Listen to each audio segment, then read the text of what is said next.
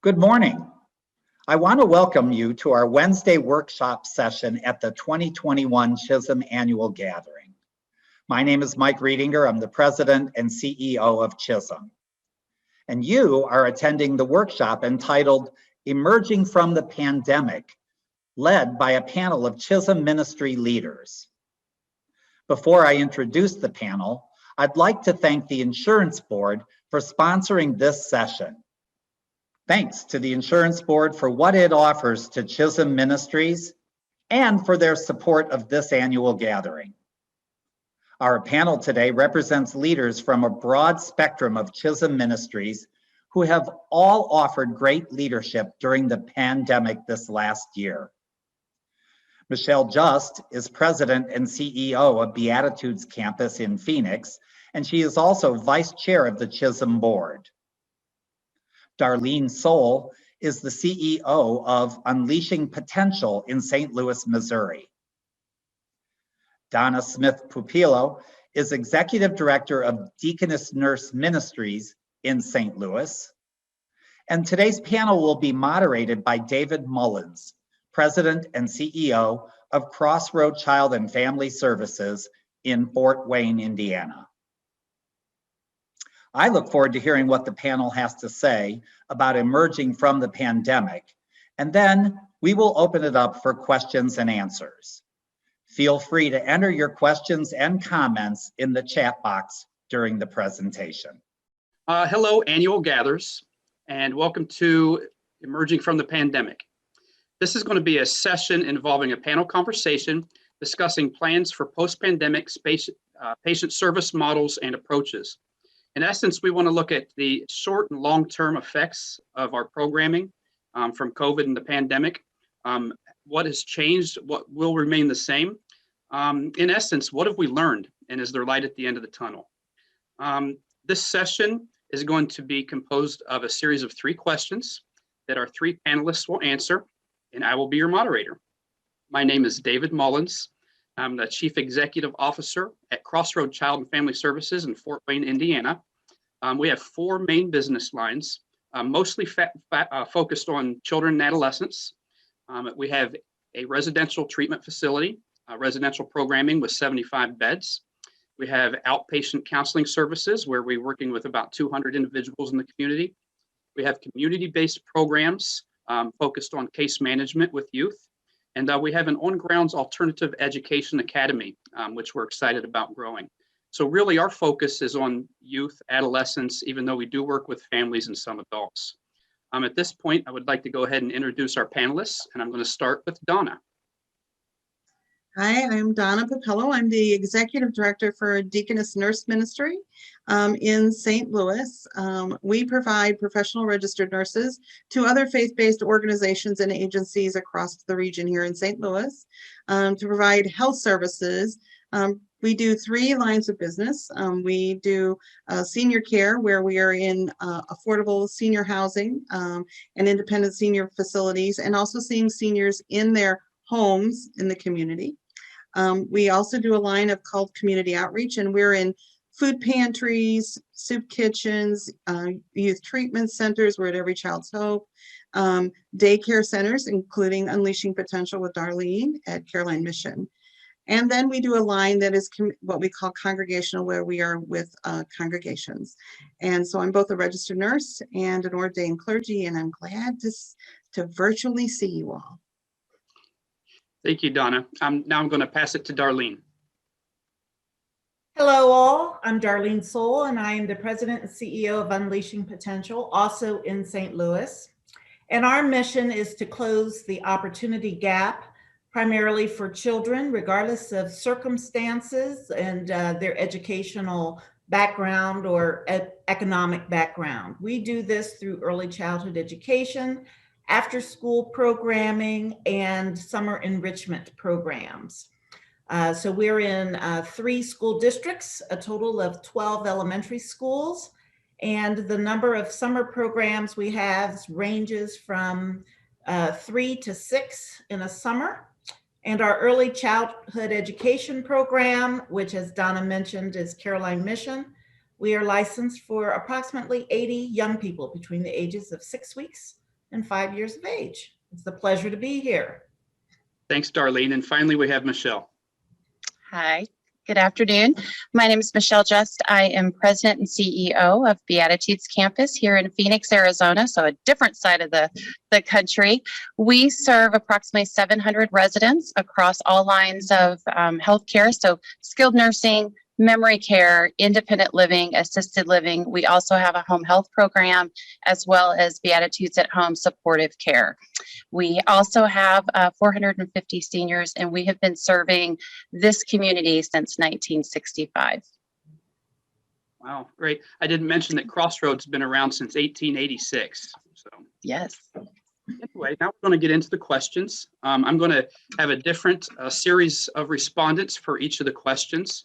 The panelists will be responding in relation to their own ministries. Okay, so let's dive into question one.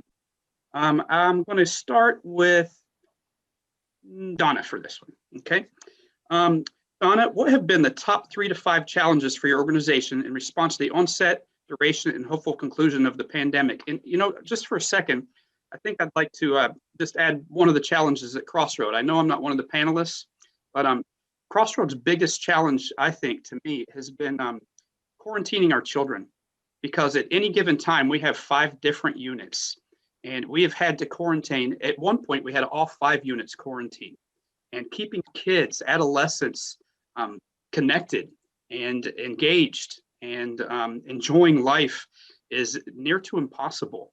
But we've thought outside the box. We've focused more on recreation and getting kids into our gymnasium. So we've persevered, but it's just been very painful seeing the effect on our clients. And I wonder if some of you will mirror those answers. But again, Donna, how's it affected your agents? I would agree, David. It has affected our clients most of all, particularly our senior clients. One of the major challenges is the nurses working with the senior clients in the independent facility, and I'm sure Michelle can speak to this too. They've had periods where they were in quarantine and restricted, and the nurses having to make sure in those senior buildings that they were, if they need to get a COVID test, how to keep them from getting depressed from being socially isolated, and working with them.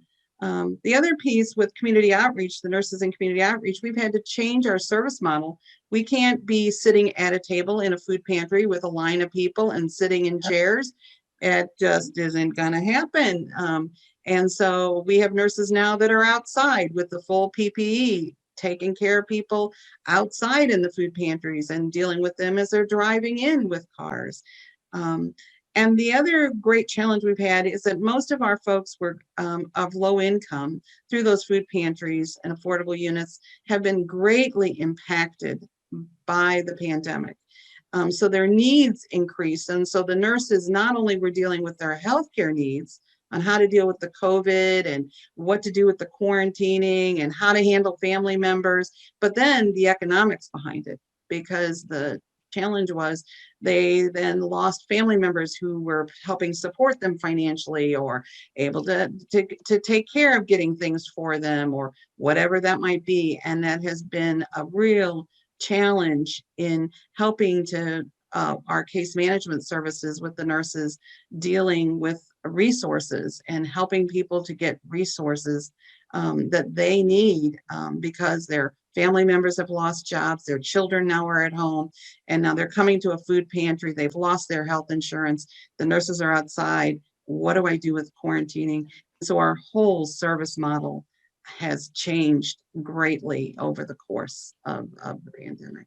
That's really interesting, Donna. I'm on a panel here in Allen County in Indiana, Fort Wayne, where Crossroads is located. And we're focusing on mental health and the 2 biggest issues, not specifically mental health, social service issues.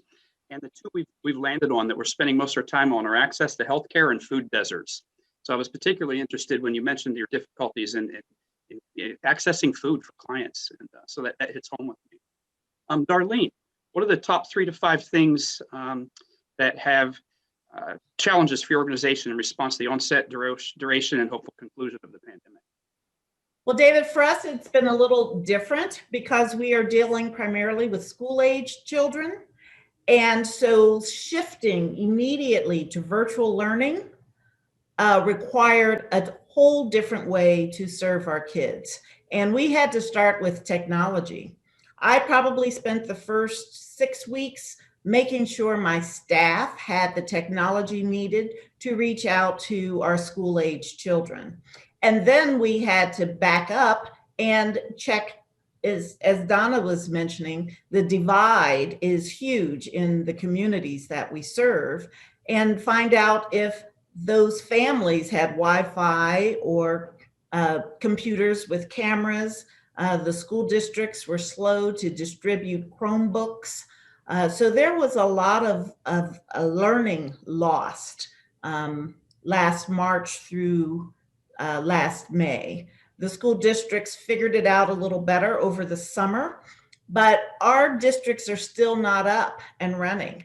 And so our staff has had to pivot constantly. 1 week, a school district will say they're going to do in-person learning, and then it could change the next week. So in our 3 districts, we have 1 that is in person, 2 are virtual, and are still assessing with parents if they're ready to return their children to school. So that directly impacts the after-school program, which supports working families. So that has been a huge issue. The second issue that we have had to deal with is recognizing the essential worker. If you are a grocery store cashier and you have a 7-year-old at home, you can't do virtual learning. And so how do you accommodate for that child? We do have the capacity at Caroline Mission to deal with those under 5, but we had to apply all of the social distancing applications, which is double the number of staff with less children. So it really complicated our operations. And the third thing is really convincing and articulating this to our state funders to help them to understand if we are to be the safety net and help the economy come back, then they need to provide for early childhood education centers so that we are there for those working parents. And it's been a challenge, but I must say our staff has been incredibly nimble. But that's just 3 issues, big issues that cost us to change. Indeed, and unfortunately, an overriding factor seemed to be fiscally related. Was the organization able to apply to the PPP loan in the first round? Yes, we were very blessed both times. Yeah. Oh, in the second round as well. Yes, and it has sustained us. Oh, indeed. Yeah. I never would have thought the federal government would be my sugar daddy. Me either, Darlene. Me either. Me either. Although I don't know if I'd nickname them that though. I don't quite cover costs. And you I call mentioned them my blessing basket. So thank you. That's a new way to say it. Yeah. Yeah. as long as we don't have to pay it back, right? Yeah. Right. Right. And you mentioned nimble staff. I bet we get into that later, so I'm going to let that one ride. And we're going to jump Okay. to Michelle here. Michelle, what are 3 to 5 challenges that your organization has had to respond to? Well, early in this pandemic, we knew the effects it had on nursing homes, right? We all remember seeing the media around the Washington State nursing home. So one of the things I think was managing fears, and really wasn't a lot of information. The media was absolutely beating up our line of business, and having to manage that fear through just education. As we knew more, we could educate our staff and our residents and our families more. Another one was really just trying to manage the constant updates of our regulatory agencies. So not just CDC, but CMS, our state agency. I remember one day sending out an email talking about, we're going to maximize all the PPE we have. It's time to roll that out. And then our state, by the end of the day, coming in saying, we're not at that level. Save all the PPE you can. Luckily for us, we didn't have any major issues with getting PPE, but our team was working hard to resource to make sure that we could stock up as much. And then I think the other thing further into the pandemic was the testing. We decided to do a very aggressive testing schedule. Once that wave hit here in Arizona, which was actually late May, early June, and we have been doing almost weekly testing of all of our staff since then. Very expensive. And back during that time, I remember we were having to wait 12 days for testing.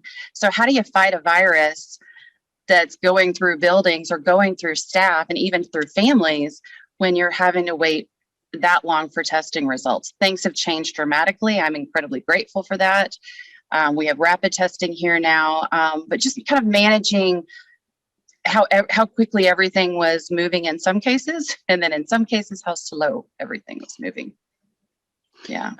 I'd be interested, Michelle, in how your patients reacted and your patients' family members to not being able to visit, if that were the case. Yeah, it was hard. I think because we're community, right? That is something we absolutely take pride in. We're a town within a larger city. And so not having the families as part of that, we pivoted quickly to virtual visits, kept communication up. Our administrators were constantly communicating with families. I was constantly communicating with families. Our PR team and Barbara Wood here on our staff did a great job of just being very transparent. What we said is from the very beginning, we'll be transparent, knowing that there was such a fear. You know, we had families that did decide to come and take their loved one home. But as time went on, they also realized that socialization at home and not being around their friends and their community was having a greater effect on them. So I just think honest communication, transparency, letting them know every step we were making, why we were making it. We started doing online video Zooms like this and pushing it out to our residents. My senior vice president of health or resident services he and I did a daily recording. We'd go through the regulations. This is why we made this decision. And I just think that really built up confidence in why we were doing what we were doing, and why we also looked tired, because we were being very honest about constant changing guidance. And so it made it more personable. And I think that really helped build trust with residents and families. Nice. I'm going to borrow Darlene's word. I think it was Darlene's way to be nimble. It sounds like you guys really well during Our team did a great job with that. Yeah. Excellent. Okay, I think we're going to jump to question number 2 now. This time I'm going to start with Darlene. That means Michelle's probably going to have to start for question 3, just to forewarn you, Michelle. So question 2 is, how do you see your organization operating in the future as we face the ongoing threat of this pandemic's virus mutations, vaccination challenges, and others that emerged? Number 1, other problems, number 1. Well, again, the first thing, and it's interesting, moving forward, we now know in education, technology is here to stay.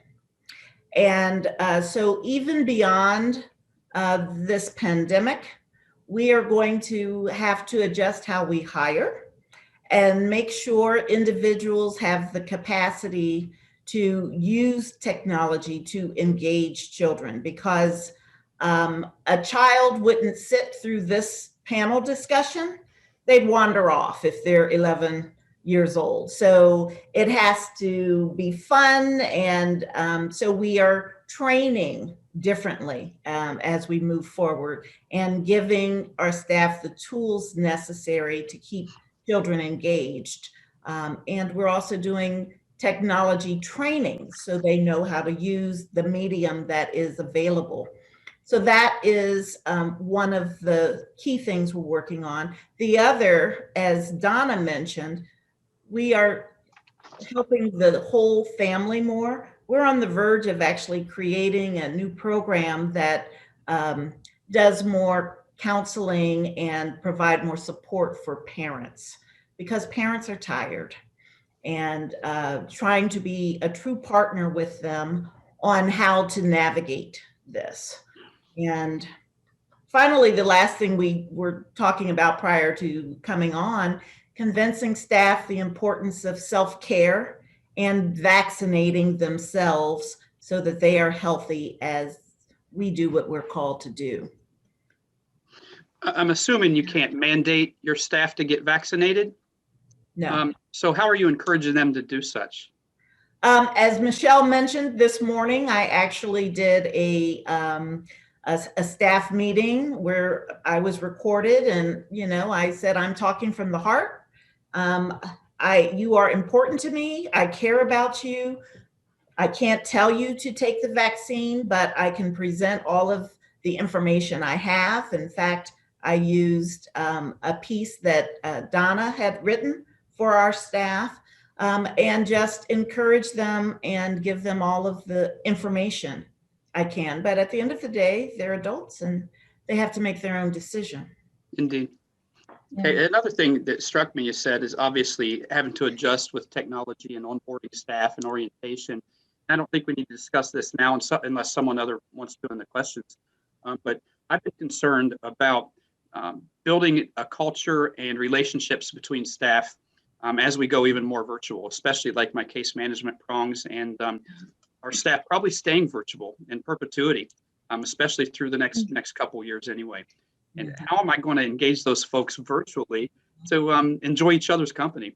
But we're learning as we go, and there's going to be new ideas pop up and new platforms to use. And so I'm sure there's more to talk about there. But anyway, you mentioned Donna writing a piece for you that you used. So I'm going to go to Donna next question. Same question number 2. How do you see your organization operating in the future as we face the ongoing threat of this pandemic's virus mutations, vaccination challenges, and others that emerge? For us going forward, we've mentioned the nimble staff, and it's really making sure that my nurses are given the tools to be nimble, to move what they're doing in the community safely, and to be able to do that nimbly, because we're able to do that. Technology is a part of that, but a lot of it is in their DNA, in who they are. For us in healthcare, usually there's one way, which is this way, and sometimes we have to realize that we can do things differently in the community.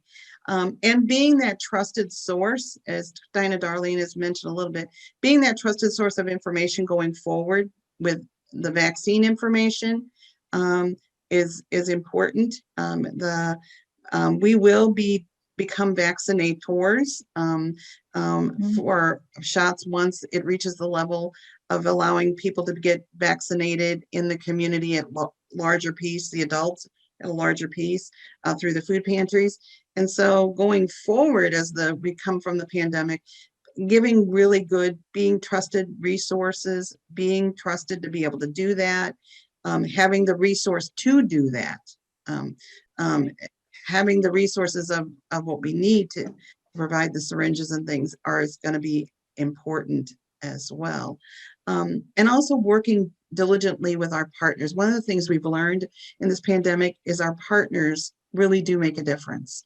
Because we're an embedded program, we're in other agencies, working with other agencies and being able to be seen as that trusted partner and listening to their needs and being a little more nimble with that, I think is going to be really important as we move forward, as we go forward, and doing that.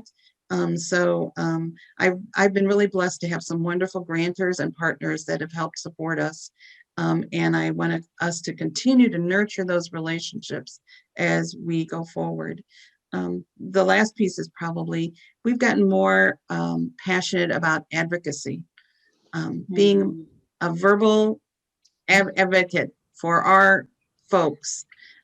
We have stepped up the game on that, and we'll continue to do that, because if anything has happened in this pandemic, it has shown bare the health disparities that is out there.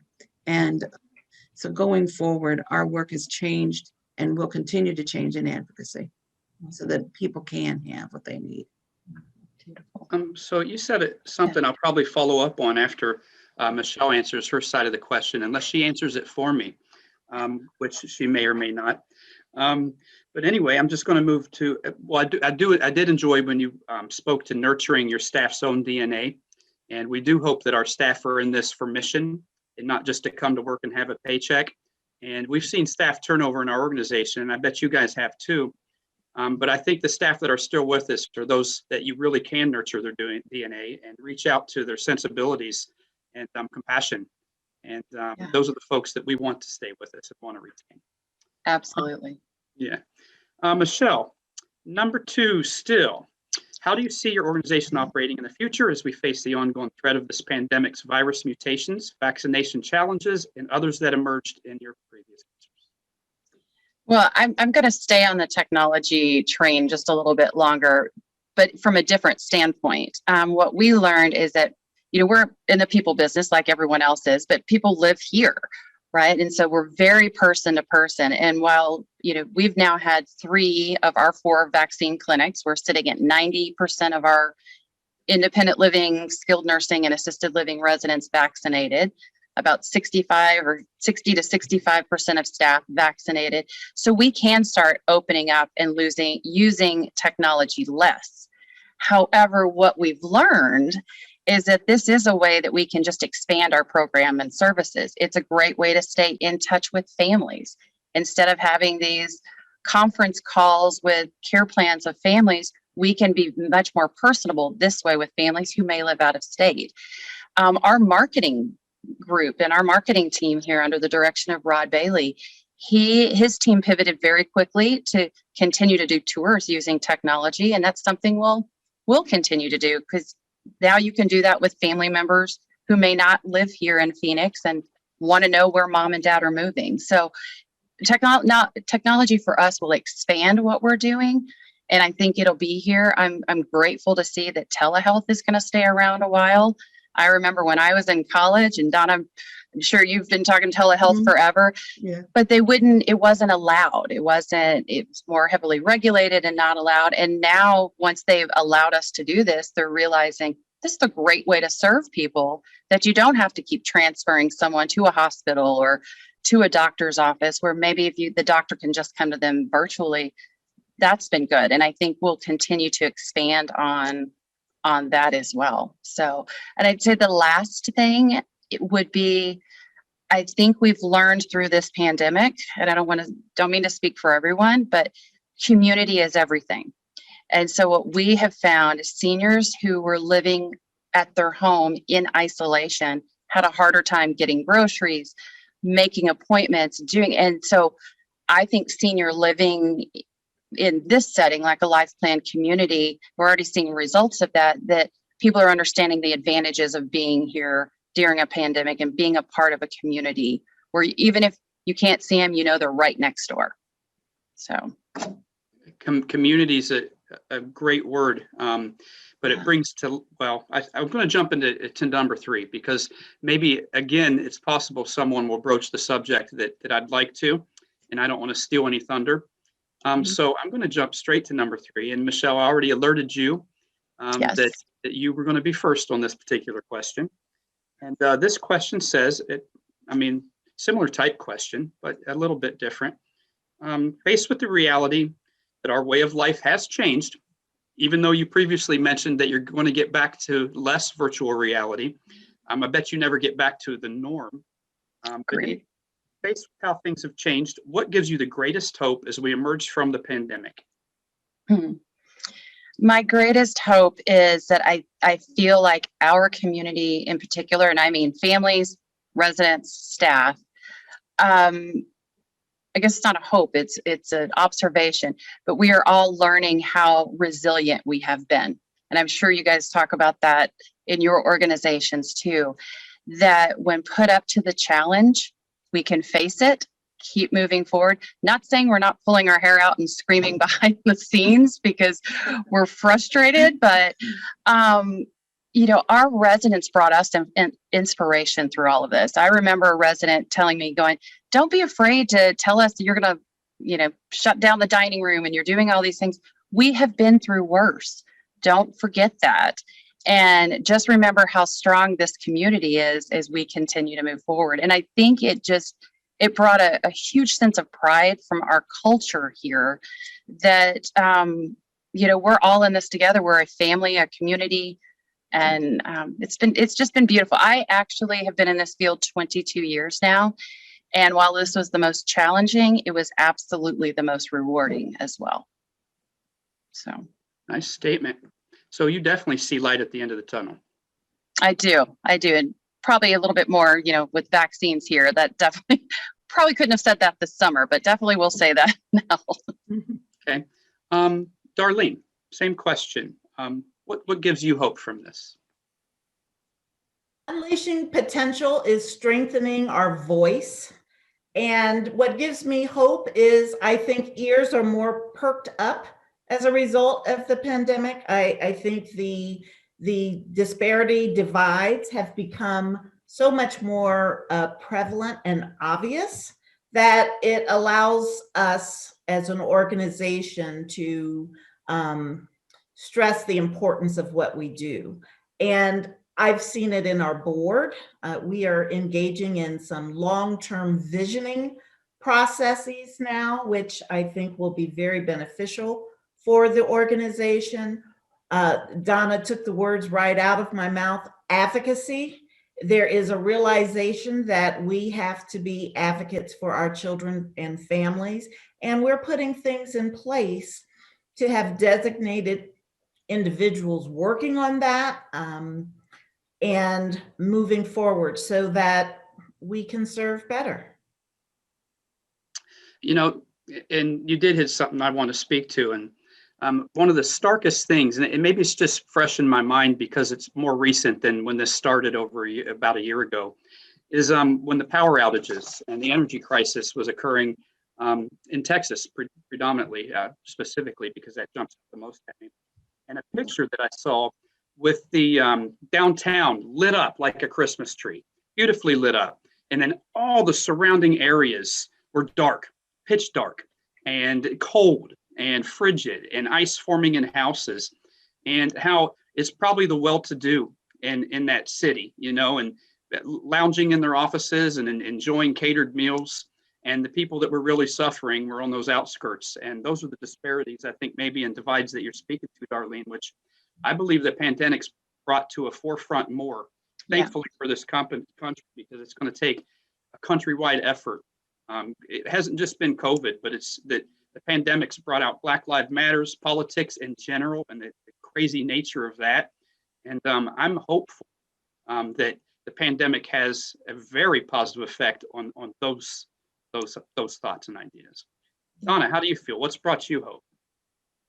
What's brought me hope is seeing my staff, my incredible nurses who will sit at 3 below with their coats and their masks and their shields, taking care of people. I know that they're passionate about what they're doing. And it is in that I see then the real love that they have for the people they love to take care of. And so I know that they value community, like Michelle said, they value the people, they value the community. And so I know that there's hope for the future, and particularly hope for people if we can touch into all of that for everybody and make healthcare a right for people so that they can have what they need to take. And I see that. I see that in my own staff. So I know it is a wonderful, hopeful possibility that can come out of this. Not that it can be legislated by Biden or anybody else, but that it can be done because we have staffs that love the work that they do and are passionate about it. And I think they're even more passionate about what they do, having lived through an experience, a lived experience that was so incredible that they can't even put sometimes words to it. And so I see a lot of hope in that. I see a lot of hope in our work at Deaconess. We finally are being seen by United Way and others as having that passion and compassion and that voice. And that voice will go forward as we advocate so that care can be for everybody, that everybody can live a full and rich life and have the health care that they need with easy access. Nicely said. And shortly, we're going to pass it to our audience. And I bet we'll have several comments from the audience about emerging from the pandemic, and probably some questions for our panelists who have been at their organizations for a long time and have a lot of knowledge. But I want to give everybody one last chance to either elaborate or embellish on something they said from any of the three questions, or just for some closing remarks. And I'll throw it to Michelle. I knew you were going to do that.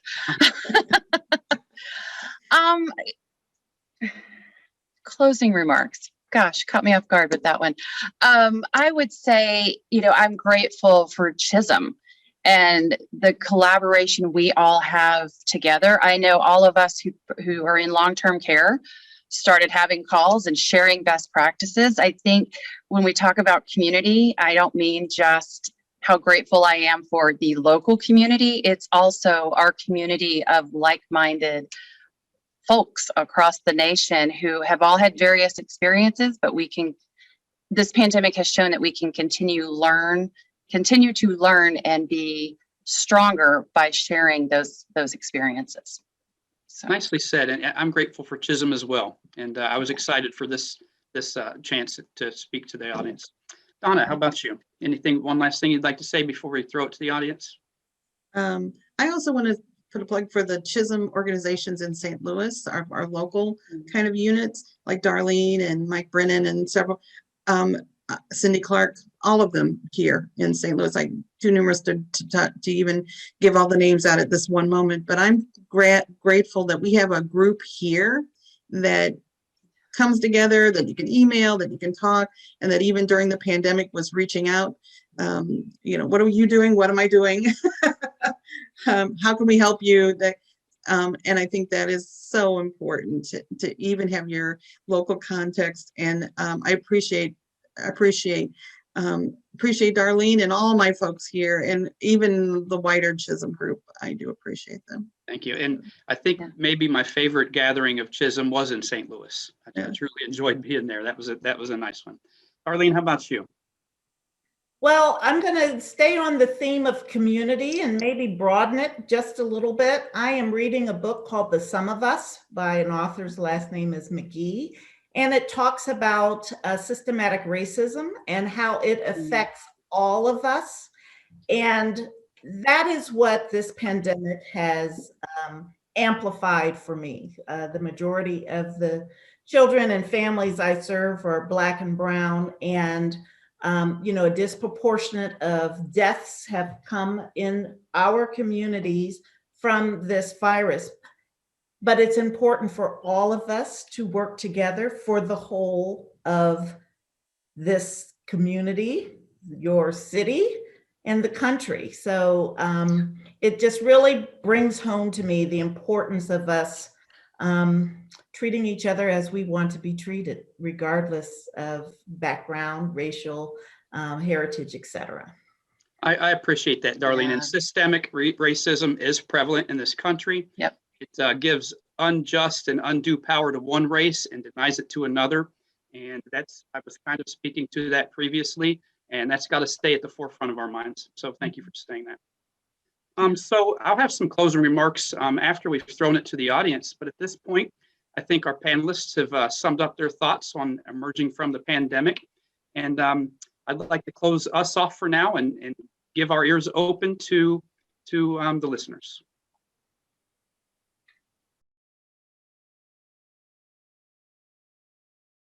Hi, Donna. Hey, David. Hey, Michelle. Yep. I got cut off just a little bit there. Oh, there's Arlene. Hey, Darlene. I was terrified I wasn't doing this right. Well, I we're know. all here, but we don't know Our if we're doing it right yet, do we? Goodness. So are we supposed to field questions from the audience now? I hope they can all hear us. Yeah. I did see a question from Cindy Bum asking about how do we handle staff trauma, help staff, how do we help staff in the midst of this? And I did see, I got that one too. Please. I saw that question. So. Okay, well, David? I saw one. Go ahead, Michael. I saw your just email. gonna say, we can hear you great. And I sent you an email with a bunch of questions that I saw and comments I saw. I don't know if you can see it, but that we don't have to scroll all the way through them. I did see it. I'd already jotted most of them down though, Michael, but I thank you. One I want to get to before I get to the ones from the chat and that I jotted down is we all talked about, I think, pretty prevalently teleconferencing and virtual work, and it made me think of how we develop relationships through that. And I did the session Equity Competent Leadership yesterday, but with Erica Merritt, and I recommend that to everyone because it was fantastic, and I can't wait to get the PowerPoints. But she said, what do we need to know about others to interact? And I started thinking right away about interacting virtually. I mean, she threw out some characteristics like age, race, religion, sexual orientation. We don't necessarily know that stuff very well and readily in virtual contact. And I wondered how you guys will work, any of you, to keep your staff engaged, build cultures in your organization still, because I think that virtual contacts are here to stay, whether it's in meetings or whether it's in telehealth, et cetera. So if anybody can speak to that, I think it'd be helpful to me and to lots of the listeners.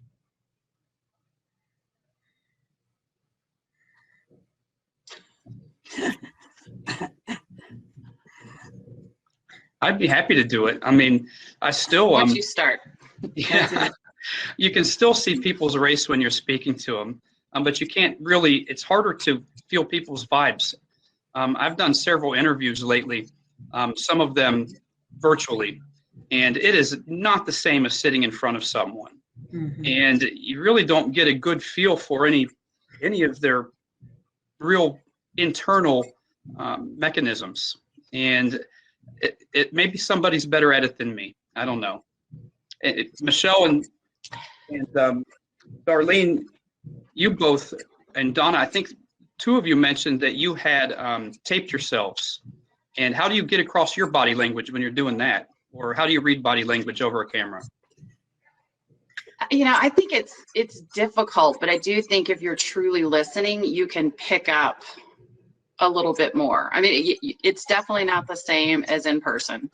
But I know I talked a little bit about family conferences and being able to engage with families. I think videoing allows us to kind of see the other's face a little bit more than just having conference calls. And so it does allow you to pick that up. I mean, one of the things we saw is a lot of our residents weren't comfortable using a Zoom platform, but that was back in April and May. I will tell you now they're holding their own Zoom education meetings so they can now interact with their family members and be able to connect. And while it's not perfect, I do think these kind of platforms allow for more person-to-person contact in a different level. It's not perfect, but. I would agree. And I guess I'd add, David, I don't know how you get to the diversity part of your question, but the more often you can communicate with staff and families, the better off you are. It will take longer using the technology, but them understanding the effort, my hope is it goes a long way, you know, that you're making the attempt to connect. I had one employee tell me in the second semester of the school year, she was reaching out to families constantly, and a couple of them were like, okay, that's enough. I'm good. And that's okay, because there are different levels of need out there. So, you know, just the notion that we care, I think, is important. Okay. So patience, caring, that makes a lot of sense. And we're all learning as we go, I guess. These are actually more from the audience in the chat itself during our session. Both Michelle and Darlene mentioned they were testing across the board and at new hires. And Crossroad has not done that. We've tested at symptoms. And surely you've had some staff that are reticent or wary. And if you've had any pushback, I'm curious to hear about that. And if you've lost any staff because of that, that'd be interesting. Well, for us, we were required to test for nursing homes for certain levels, depending on where your community spread is. And that was specifically just in the nursing home for us, but because we are a true community with 700 residents and 400 staff, that we wanted to go ahead and test across the board. So we had different, depending on where you worked, when you and how you got tested. For instance, our nursing home has been testing twice a week for the past several months because the Arizona community spread's been so high. The rest of us, like me, have been testing every other week unless we had a lot of cases on campus or a significant number of cases. We went ahead and tested everyone. You know, at first, I think people were more scared of the actual test. You know, you heard all these things that they're gonna swab you and go up to your brain, and that worried people. But as they watched their peers get tested, now it's just, honestly, for us, I volunteer there once a week just so I can see staff when they're coming in to get tested, and it's become a time for us to see people. They don't really mind once they have it. It's done, and you know, you get now we're getting results in 15 minutes versus 12 days, which is nice. And I think it's just kind of become this new thing. Not saying people aren't going to get tired of it in time. And I hope as community spread slows down, we can start backing off that testing. But I think we did a really good job of explaining why it was so important, and have luckily held on to staff through this process. Well said. Yeah, the new hires, Darlene, I'd be particularly interested in. Well, we have some extra layers that we have to participate in. We are at the mercy of our school districts. And so since we have some schools that are in session, the districts have a requirement. And so we have daily, if you go into a site, you fill out a form indicating your health status, your temperature is taken. And we have to do that on a daily basis at Caroline Mission, at our Early Childhood Education Center, based on the health guidelines of the city. So we have been in a routine of regularly checking temperatures and indicating any, ill feelings. If someone goes out of town, we have asked them to let us know, and trying to build up trust to, eliminate the spread within our organization, that they work remotely if possible for a week after they return into the city. So I'm proud to say that for the most part, our employees have abided by that. We've had very limited positive cases. And so it has just become a practice for new hires, particularly those that are going into the school districts, that you have to have a COVID test prior to going into those public schools. Our next step is vaccination, and that'll be more challenging for us. Donna, have you been testing your employees? Because we're similar to Darlene in that we're an embedded program.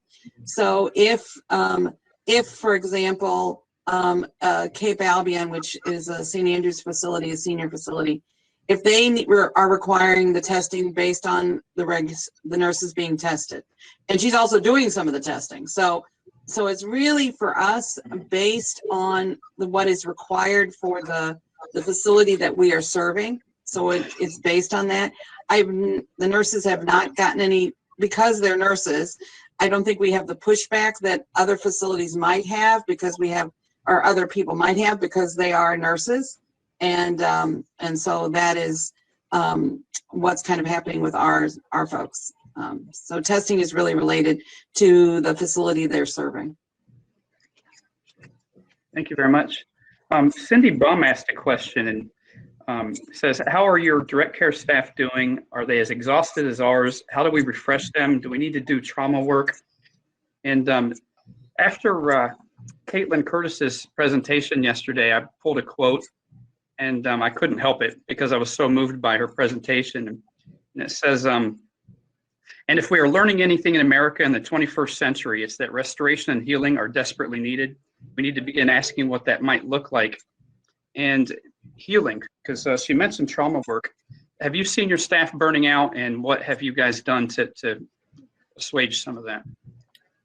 I'll take that on. My staff will tell you I'm a big proponent of the working families that we serve. And so I'll start with the Christmas holiday. That is a time that many organizations are closed that week. And we've remained open, particularly at Caroline Mission, because there are some families that have to work. I went to my board and I was pleasantly surprised. They truly understood that our staff was tired. They'd gone above and beyond in these difficult circumstances. So for the first time in the 12 years that I've led the organization, we closed and paid employees the week between Christmas and New Year. And that was necessary for our staff to just get a break, be with their family, and relax. I will include myself in that. It is the self-care that is important. The second piece of that is, how do we then infuse and give our employees the opportunity to think about self-care? So actually, my senior management, we had a meeting with a consultant just this week talking about trauma and giving everyone a baseline, and then focusing on themselves first. It's, heal thyself. Before we can give suggestions and support to our children and families, this is a time we need to be self-reflective. So we'll be rolling that out for staff. It's, the baseline will be a mandatory piece so that everyone understands what they may or may not realize they're dealing with. But then we'll have a voluntary aspect to it where they can talk with someone in addition to EAP to say, you know what, this has been really, really taxing on me in terms of how I serve and, myself and my family. So we're trying to put some supports in place for that. Thanks, Darlene. Michelle? We try to encourage people to take time off. It's hard because we're 24/7 operation. Since the beginning, we've been holding daily directors calls. We've now moved to 3 times a week, but I always try to check in with the directors, how their teams are feeling. And our chaplains have done a phenomenal job touching base with our employees. I do think they're burned out. I'm afraid some of them don't realize that they're burned out yet, and that talking about the trauma is going to start bubbling up. We're still, in Arizona, while numbers are slowing down, we're still just coming out of that second wave. And so it's a little difficult, but I do believe that at least we've been talking about how do we hold some focus groups so we can really touch in with each of the employees to hear what they actually need and how we can best give to them. We try to do fun things around Christmas. We were always very happy with our very large Christmas party, and clearly couldn't do that. So we kind of celebrated throughout all of December. We're doing little things like just wearing jeans. You can wear jeans now through April. And it's just these little things that I think probably mean a little bit more, but it's not getting to the burnout quite yet. And I'm hoping that we can do a really good job about tackling that for all of them, because I am concerned. Yeah. Donna, do you have anything that you'd like to add? Yeah, what I have done is we have done some work in grouping of nurses, allowing them to have time virtually to kind of just talk about what they're doing and how hard it is for them, spending time doing that. We've had some a kind of a counselor who's a little more trauma informed work with them in providing the space for them to be able to talk about what they're experiencing, what's gone on. We've given time off, like both of you said. We've given time off, particularly around Christmas. They had a lot of time off to be able to do that. And then also some self-care assessments and some self-care. We made self-care boxes and gave it to all the staff, talking about ways that they could take care of themselves in the midst. And that was really well received. The nurses really appreciated having self-care boxes, and that even that they were thought of, that to get kind of a small gift like that was important. That had all the pieces that talk about self-care and how to handle that. So it was a way to reach out to that. The board has been really supportive of trying to find financially ways that they can offer that support. Either it was by having the counselor come in, or by working to provide the support for time off. So I appreciate that with the board. Because the board's been supportive, because we just had a question thrown in the chat about how has your board been involved? And I wonder if, and we're running short on time, but Michelle and Darlene, if your board's been supportive and how so? Our board has been incredibly supportive. So early on, we pushed out, here's where, David Reagan and I are filming our daily updates so they could get a sense of what we're telling communities. So many of them watch that daily, which sometimes scared me because we get a little goofy on those recordings to bring light to it. But they wanted to help. I mean, I had board members asking, can we come in and just work the check-in stations and take staff temperatures? And of course, we couldn't allow that. But knowing that their support was there throughout, just incredibly complimentary of the work and the recognition of how hard, especially the frontline teams were working. So I was lucky to have that through this. I know that hasn't been everyone's experience. Darlene? For us, I had to go to the board, of course, to ask for these additional 4 days off for everyone. And, it was unanimous. So there was a strong recognition of how difficult this time has been. And actually the consultant that I mentioned, having the meeting with my senior staff, she actually presented to the board in our fall retreat, giving them a baseline of trauma. And it was, kind of initiated by our board chair based on these unprecedented times, and that our board needed to, get a little closer to our families and what they were going through. And out of that, that discussion came, okay, let's take care of our staff first, and then move towards what can we do for our families. We're not a clinical organization. So in my mind, that was a huge amount of support, to help us do what we're called to do. Thank you. Well said by all you ladies. Thank you so much. We are at the end of our time, really, and I'm going to borrow one more time. I know Caitlin probably wouldn't mind, but I'm going to quote Caitlin Curtis again, because everything she said was so relevant and so powerful to me. And we've had a message of community, especially from Michelle and her community in Arizona there. And so I picked this quote out. It meant a lot to me. The work of returning is communal work, and returning from a pandemic, indeed. And we must all lead one another. When I sit down to write and tell my own story, I can feel the fire burn brighter again, and the work of returning leads me deeper into who I am and who God is. So I just want to say, let's all keep discovering ourselves. Let's keep forwarding this annual gathering in Chisholm message of open and affirming, and remain a community, and together we'll band together and make change. Amen. Thank you for that, David. Thanks, David. Thank you. Thanks. So that's really great when one of our newest CEOs moderates a panel and knocks it out of the park. So thanks to David, and a special thanks to Donna, Michelle, and Darlene for an outstanding job on this panel. And we really also appreciate the sponsorship of this session by the Insurance Board. And so now I encourage you to take a break. You have about an hour until we are going to meet back in the sessions for the Chisholm's annual business meeting, which begins at 1:30 Eastern Time, 12:30 Central, 10:30 Pacific. Is that right, Michelle? 10:30 Pacific? Yes, right. Yes, 11:30 Mountain. Yeah, and 11:30 Mountain. Thank you for that. And that meeting will be sponsored by Retirement Housing Foundation.